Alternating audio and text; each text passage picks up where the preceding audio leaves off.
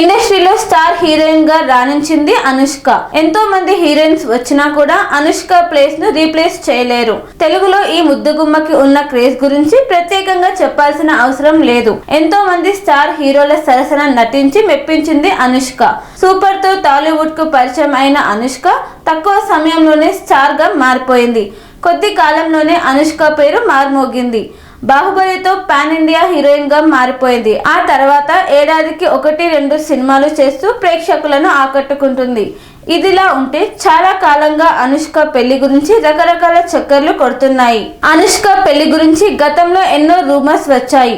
ఓ doctor ను అనుష్క పెళ్లి చేసుకోబోతుందని గతంలో వినిపించాయి.